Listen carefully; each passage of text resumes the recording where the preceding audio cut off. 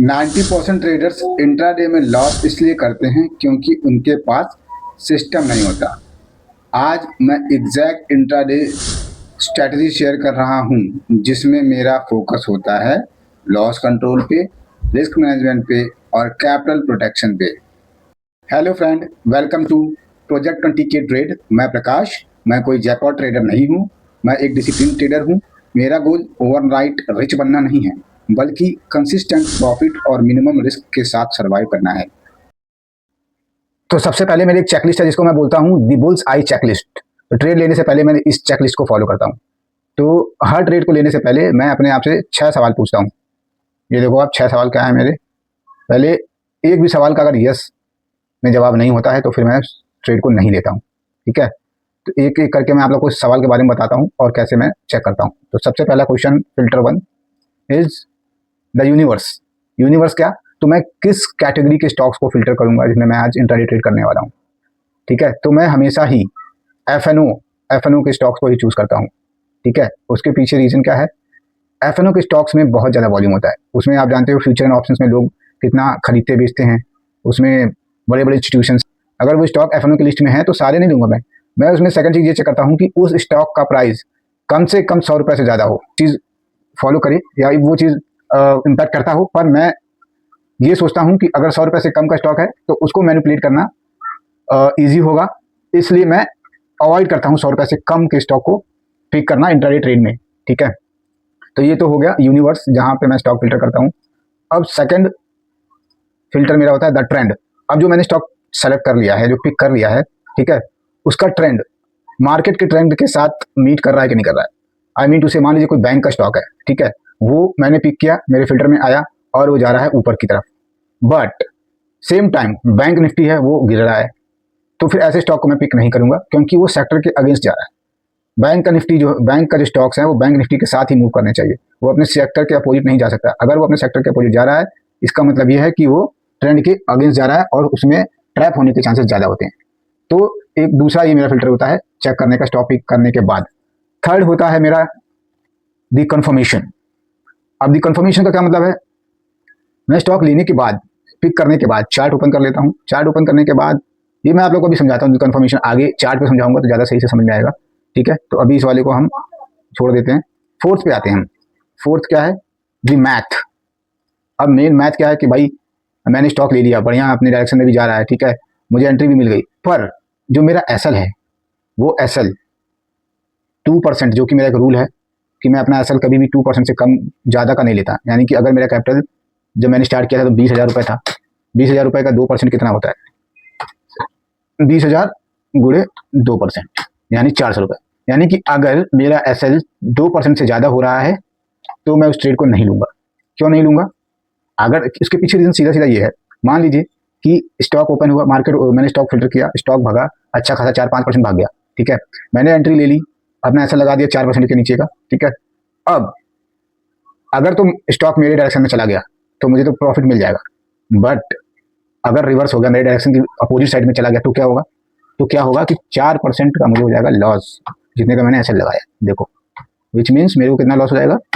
800 रुपये का। अपने कैपिटल को प्रोटेक्ट करने के लिए मैंने ये रूल बनाया है, ठीक है। तो इसके बाद अगले फिल्टर पे चलते हैं, ठीक है। इसको भी मैं ना चार्ट पे समझाता हूँ क्योंकि ऐसे बोल के समझाऊंगा तो थोड़ा इजी नहीं रहेगा। तो फिलहाल ये हो गए 3 पॉइंट मैंने कवर कर लिए, 2 पॉइंट मैं आप लोगों को आगे बताता हूँ। मोस्ट ऑफ द काउंट्स में मैं प्री मार्केट से पहले करता हूँ, स्टॉक सिलेक्शन हो गया, या फिर ये मार्केट ओपन होने के बाद भी क्या कहते हैं कि एसएल मेरा 2% से ज़्यादा है कि नहीं है, ये मैं मान लो लिस्ट में बड़ी आ गई मेरे फिल्टर में, और सारे को एक साथ कैलकुलेट करना है, 2% एक एक स्टॉक को मैनुअली कैलकुलेट करना ह्यूमनली पॉसिबल नहीं है। तो उसके लिए मैंने क्या किया है, उसके लिए मैंने एक कैलकुलेटर बना रखा है और उस कैलकुलेटर का यूज़ करता हूँ मैं स्टॉक को फिल्टर करने के बाद, ठीक है। और स्टॉक को फिल्टर करने से पहले, यानी स्टॉक फिल्टर कैसे करता हूँ वो भी मैं आप लोगों को बताता हूँ। तो पहले हम स्टेप बाय स्टेप चलते हैं। सबसे पहले हम चलते हैं स्टॉक को मैं फिल्टर कैसे करता हूँ। तो उसके लिए मैं जाऊँगा अपने नेक्स्ट स्टेप की तरफ। तो सबसे पहले हम चलते हैं गूगल क्रोम पे। गूगल क्रोम ये रहा, ये तो सुबह मैं 9 बजे सिस्टम ऑन कर लेता हूँ और आता हूँ इस वेबसाइट पे, एनएसई की, इसको बोलते हैं हम प्री ओपन मार्केट। ये ओपन करता हूँ, ये वाला देखो आप इंटरफेस ओपन होता है, ठीक है। अब यहाँ से मैं 9:15 से पहले क्या करता हूँ, स्टॉक को फिल्टर करता हूँ। तो 9 बजे खुलते ही यहाँ पे स्टॉक अपने आप मूवमेंट शुरू हो जाता है, यानी प्री मार्केट में खरीदना बेचना बड़े बड़े इंस्टीट्यूशन शुरू कर देते हैं। तो यहाँ पे शुरू हो जाता है मामला। अब मैं क्या करता हूँ कि 9 बजे से लेकर 9:08 तक यहाँ पे पूरी घमासान चलती है इसमें, ठीक है, इस वेबसाइट पे। और 9:08 पे वो सेटल हो जाता है मामला, यानी कि 8 मिनट में सारा इंस्टीट्यूशन जो होते हैं अपने खत्म कर लेते हैं ट्रेड।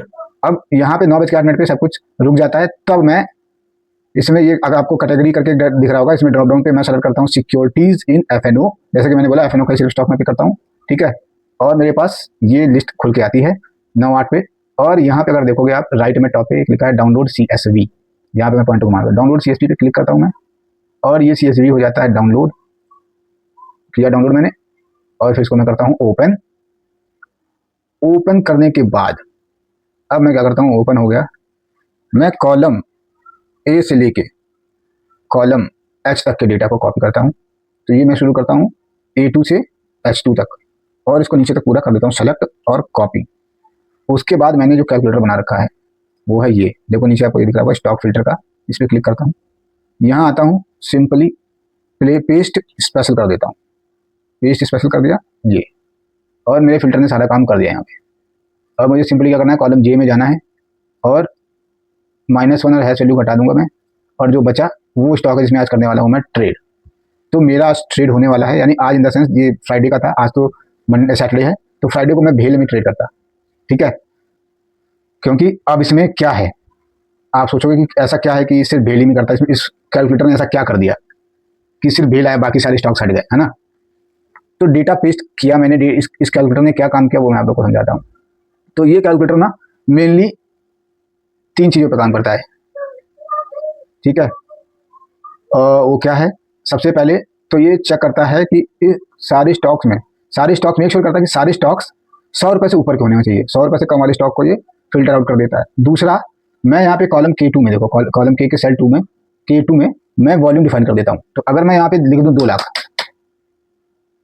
तो ये क्या करेगा कि एक तो ये अवॉइड करेगा 100 रुपये से कम वाले स्टॉक्स को, और फिर ये चेक करेगा कि वो स्टॉक जिनका वॉल्यूम 2 लाख से ज़्यादा है सिर्फ उनको ही सेलेक्ट करेगा। देखो अभी मैंने 5 लाख रखा था तो एक स्टॉक आया था, अभी मैंने इसको 2 लाख कर दिया तो कितने स्टॉक्स आ गए, 4, यानी इन 4 स्टॉक्स में 2 लाख वॉल्यूम है। तो दूसरा ये करता है, फिल्टर आउट कर देता है उन स्टॉक्स को जिनका वॉल्यूम 2 लाख से कम है, अगर मैंने 2 लाख डाल दिया K2 में तो, ठीक है। तो ये चीज़ें करता है ये। एक और चीज़ करता है ये उन स्टॉक्स को फिल्टर आउट कर देता है, जब मैंने 3 चीज़ बताया कि जो 2% से ज़्यादा मूव कर लिए, तो ऑलरेडी 2% से ज़्यादा मूव कर लिया है तो फिर मेरे को वो स्टॉक नहीं चाहिए, क्योंकि फिर वो मुझे मेरे असल अमाउंट को ज़्यादा कर देगा, बड़ा कर देगा। तो तभी मैं बोल रहा था आप लोगों के पीछे मैं कुछ पॉइंट्स को जो है बाद में कवर करूंगा। तो ये देखो 2% वाला जो मेरा है ना कॉलम 4, ये फिल्टर 4, ये मेरा फिल्टर ही कर दे रहा है काम, 2% वाले को पहले से ही वो हटा दे रहा है। तो सिंपली ये हमारे ईजी हो जाता है, बहुत ईजी हो जाता है कि हमें ये डर नहीं रहता कि यार मेरा स्टॉक जो ऑलरेडी 2% मूव हो गया है, तो 2% मूव हो गया, मुझे यार उन स्टॉक को हटाना पड़ेगा, नहीं, तो वो काम ऑलरेडी मेरा ये फिल्टर कर ही दे रहा है। कैलकुलेटर जो मैंने बना रखा है, इस कैलकुलेटर ने ऑलरेडी कर दिया स्टॉक फिल्टर कैलकुलेटर ने, ठीक है। तो मैंने अभी यहाँ पे क्या किया था, यहाँ वॉल्यूम आपको डिफाइन करना है। मान लो कभी कभी क्या होता है कि मैंने यहाँ पे, मान लो अगर मैंने यहाँ पे लिख लिया होता है कि 8 लाख वॉल्यूम वाले मेरे को चाहिए, ठीक है। अब देखोगे यहाँ पे आप फिल्टर में तो 8 लाख के वॉल्यूम वाला कोई स्टॉक है ही नहीं, -1 हैश वैल्यू आ रहा है, नंबर पूरा कंप्लीट तो आ ही नहीं रहा। फिर मैं क्या करता हूँ कि रिड्यूस करता हूँ, 8 लाख से मैंने फिर 6 लाख कर दिया। अब 6 लाख पे देखें कोई आ रहा है स्टॉक, 6 लाख पे एक आया, ठीक है, तो मैं इसको वही भेल आ गया। अगर मान लो 6 लाख पे भी नहीं आता तो मैं धीरे धीरे करते करते और 2 लाख तक आता, मैं 2 लाख से कम पे नहीं आऊँगा, मैं मिनिमम मेरा 2 लाख रहेगा वॉल्यूम, उससे कम वॉल्यूम मैं नहीं सेलेक्ट करूंगा। तो 2 लाख तक ही वॉल्यूम करता हूँ मैं, और उसके बाद अगर कोई स्टॉक नहीं आता है तो ठीक है, उस दिन मैं फिर नहीं करता हूँ ट्रेडिंग। और यहाँ से मैं हटाऊंगा फिल्टर, -1 हैश वैल्यू को हटा दिया मैंने, और सिर्फ नंबर्स को सेलेक्ट कर रखा जो कंप्लीट नंबर है। तो ये 4 स्टॉक आ गए, मान लो 2 लाख पे मैंने HDFC बैंक का चार्ट ओपन कर लेते हैं, आगे का कैसे मैं करता हूँ वो आप लोग को बताता हूँ। अब ये तो हो गया स्टॉक फिल्टर, ठीक है। स्टॉक फिल्टर होने के बाद मार्केट ओपन हो गया 9 बजे मार्केट ओपन हो गया। अब मैं क्या करता हूँ, फिल्टर से उसको उठा के मैं अपने इसी कैलकुलेटर में, अगर देखोगे पहला वाला टैब है क्वांटिटी एंड SL कैलकुलेटर, ये रहा। तो यहाँ पे मैं ला के डाल देता हूँ उन स्टॉक्स का सिर्फ नाम, यहाँ से सेलेक्ट करता हूँ, ये कॉपी किया और यहाँ पे कर दिया मैंने पेस्ट, सिंपल। इसके बाद मेरे को सबसे पहले कॉलम C में मैं डालता हूँ वैल्यू। कॉलम C में क्या वैल्यू अमाउंट डालता हूँ वो जरूरी है सब, ये सिर्फ हमें येलो फील्ड में डेटा डालना है। पहला तो यहाँ पे हमें अपना कैपिटल डालना है, मान लो अभी मेरा कैपिटल हो गया 25,900 के आसपास हो गया मेरा कैपिटल, तो मैं जैसे कैपिटल डालूंगा। और यहाँ पे कॉलम के सेल 4 में मैं डालता हूँ नंबर ऑफ स्टॉक जो मैंने फिल्टर किए हैं। तो आज मैंने फिल्टर किए हैं 4 स्टॉक्स, तो मैं 4 स्टॉक डाल देता हूँ। उसके पीछे रीजन ये है कि तब मेरा कैलकुलेटर सही से काम करता है। तो मैंने कैपिटल पहले डाल दिया 25,900 और 4 स्टॉक डाल दिए। अब अगला काम आता है, कैपिटल तो हम पहले से डाल के रखेंगे, 9 बजे से पहले भी डाल सकते हैं क्योंकि हमें पता ही रहता है। स्टॉक्स जो है वो तो फिल्टर करने के बाद डालते हैं, तो it's not a big deal. तुरंत फिल्टर करने के बाद हमें कॉपी पेस्ट ही तो मारना है। NSE की वेबसाइट से जाएंगे, हम इसको डाउनलोड करेंगे। डाउनलोड करने के बाद हम ओपन करेंगे, इस फिल्टर में डालेंगे डेटा को, अपना यहाँ से कॉलम जी से फिल्टर किया, स्टॉक्स आया, पेस्ट कर दिया। 1 मिनट से भी कम का काम है ये, है ना। उसके बाद यहाँ पे हमने डाल दिया नंबर ऑफ स्टॉक्स। उसके बाद का आगे का स्टेप मैं बताता हूँ। तो फिर हम चार्ट ओपन कर लेंगे, ठीक है। चार्ट ओपन करने के बाद मैं क्या करता हूँ कि मैं चेक करता हूँ कि मेरा जो ब्रोकर है उस पर्टिकुलर स्टॉक पे जो मैंने आज फिल्टर किया है मुझे कितना मार्जिन दे रहा है। अब मार्जिन का मतलब क्या होता है, देखो मैं दिखा रहा हूँ। अभी ये स्टॉक कितने का चल रहा है, अभी ये स्टॉक है 903 रुपये का, 903 रुपये का चल रहा है, 903 रुपये 90 पैसे का। पर मैं जब इसको इंट्राडे में खरीदूंगा, जब मैं इसको इंट्राडे में खरीदूंगा तो मुझे रिक्वायर्ड वाला फील्ड देख रहा हूँ, ये रिक्वायर्ड मुझे कितना पैसा चाहिए, सिर्फ 180 रुपये 78 पैसा चाहिए। ऐसा क्यों? क्योंकि मेरा जो ब्रोकर है वो मुझे 5 टाइम्स का मार्जिन देता है। तो यानी कि मुझे ये एक स्टॉक 903 रुपये 90 पैसे का नहीं पड़ेगा, 180 रुपये 78 पैसे का पड़ेगा। तो मैं क्या करता हूँ, ये जो 180 रुपये 78 पैसा है वो डाल देता हूँ कॉलम सी में, 180 रुपये 78 पैसे। देखो मैंने इस कॉलम का नाम रखा amount after margin from broker. तो मेरा ब्रोकर मुझे 5 टाइम्स देता है, हो सकता है आपका ब्रोकर ज़्यादा भी देता हो कम भी देता हो, तो वो आपको अपने हिसाब से डालना है चेक करके, ठीक है। ये क्यों डालता हूँ, उसके पीछे क्या है, तभी ये कैलकुलेटर मेरा काम करेगा, तो हमें ये अमाउंट डालना ही पड़ेगा, ठीक है। तो ये डाल दिया मैंने अमाउंट। अब एंट्री और एसएल ये 2 फील्ड रहेगी जो मुझे डालना है। उसके बाद ये कैलकुलेटर अपने आप काम करना शुरू कर देगा, ठीक है। तो चलो मैं दिखाता हूँ, उसमें देखता क्या हूँ। अब मैं वेट करता हूँ, पहले ये सब काम करने के बाद ये मैंने कर लिया, ये सब काम करता हूँ मैं 15 मिनट से पहले, मार्केट ओपन होने के बाद 9:15 से पहले, 9:15 तक मैं बैठ के इंतजार करता हूँ, ये सब काम करके बैठ जाता हूँ। अब 9:15 तक मैं क्या देखता हूँ, 9:15 का जो पहला कैंडल है, इसको देखो 9:15 का कैंडल है, ये 13 फरवरी का। इसमें हाई, इसका हाई कितना है देखो, अगर ऊपर देखोगे आप तो 900, ये रहा 919 रुपये 40 पैसे हाई है। तो मैं यहाँ पे एंट्री में 919 रुपये 40 पैसे डाल दूंगा, और लो जो है उसको मैं एसएल में डाल दूंगा। इसका लो कितना है, 911 रुपये 40 पैसे, ठीक है। जैसे मैं दोनों डाल दूंगा ये क्या करेगा, कैलकुलेटर मुझे बता देगा तुम्हारा मेरा एसएल पॉइंट कितना है, 8 पॉइंट एसएल है, ठीक है। इसमें फॉर्मुला लगा है, सीधा सिंपल फॉर्मुला है, हमें सिर्फ ये वैल्यू देखनी है। क्वांटिटी मैं इस स्टॉक की कितने लूंगा, मेरे कैपिटल के हिसाब से इसने खुद ही कैलकुलेट किया, कैपिटल और नंबर ऑफ स्टॉक जो मैंने फिल्टर किया उसके हिसाब से कैलकुलेशन करके मुझे बता रहा है कि इसमें आज के दिन इंट्राडे में मैं सिर्फ 24 क्वांटिटी ले सकता हूँ, ठीक है। उसके बाद ये मेरा बता रहा है कि अगर मैं एसएल हिट हो गया तो कितना अमाउंट मेरा लॉस होगा, 192 रुपये का लॉस होगा। और मैं टारगेट बता रहा है कि 935 रुपये इस स्टॉक को, 935 रुपये 40 पैसे जब स्टॉक जाएगा वो मेरा टारगेट होना चाहिए, यानी कि मुझे 16 पॉइंट कवर करने हैं। ये सब इसने कैलकुलेट कर लिया, और इतना मैंने कैलकुलेट कर लिया। ये कितनी क्वांटिटी कॉलम एफ में बता रहा है, मेरा एसएल अमाउंट कितना होगा ये कॉलम जी में बता रहा है, मेरा टारगेट कितना होना चाहिए 935 रुपये 40 पैसे इस स्टॉक के लिए, एचडीएफसी के लिए, वो इसने बता दिया ठीक है। तो ये हो जाता है मेरा स्टॉक चार्ट पे ना 2 इंडिकेटर लगा रखे, एक तो वी वैप है, ये जो आपको चार्ट के ऊपर दिख रहा है जो कैंडल्स के साथ साथ चल रहा है, ये है वी वैप, ठीक है। और दूसरा है नीचे, अगर आपको दिख रहा होगा चार्ट के नीचे, ये है ओबीवी। तो ये दोनों ही एक तरीके से वॉल्यूम इंडिकेटर हैं, दोनों एक डायरेक्शन में चलते हैं।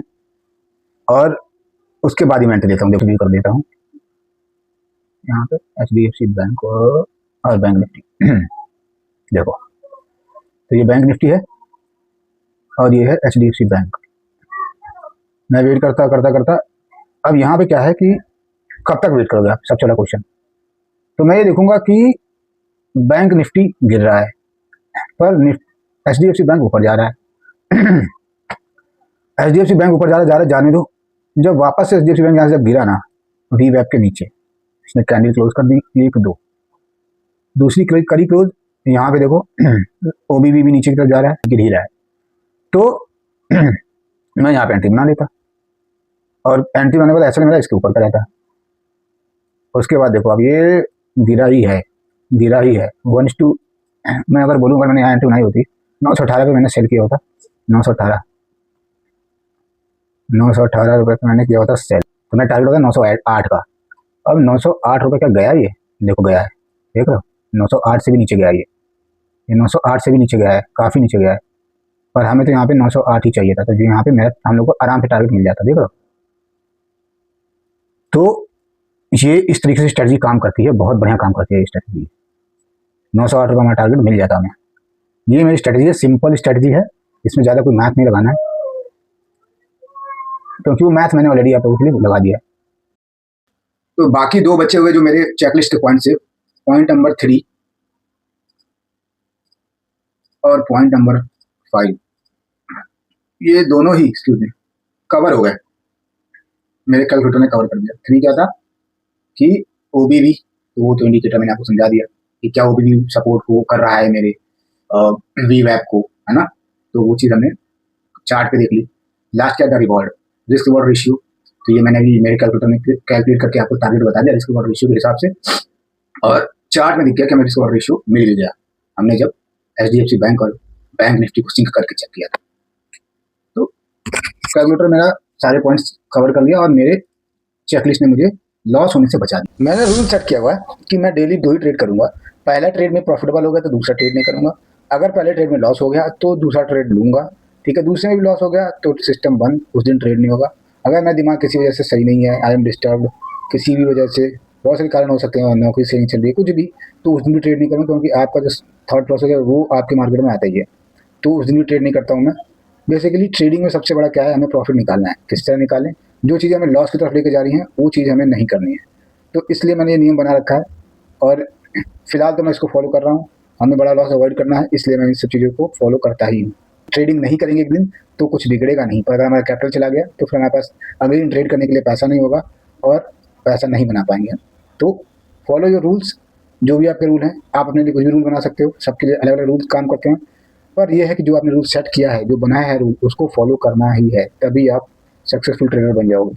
नॉलेज बहुत कम काम करता है ट्रेडिंग में, साइकोलॉजी ही बहुत ही सब कुछ है ट्रेडिंग मेरे हिसाब से। सब कुछ इन द सेंस 70% तो साइकोलॉजी ही है, 30% आपका स्ट्रैटेजी और ये सब काम करता है। ये स्ट्रैटेजी सिंपल लगती है लेकिन इसमें डिसिप्लिन सबसे बड़ा है। अगर आप भी इंट्राडे में लॉस से बचना चाहते हो तो सिस्टम बनाओ, रूल्स को फॉलो करो। मैं ये फिल्टर और कैलकुलेटर का लिंक अटैच कर देता हूँ अपने डिस्क्रिप्शन में, आप डाउनलोड कर लो। अगर चाहो तो यूज़ करना चाहो तो यूज़ कर सकते हो।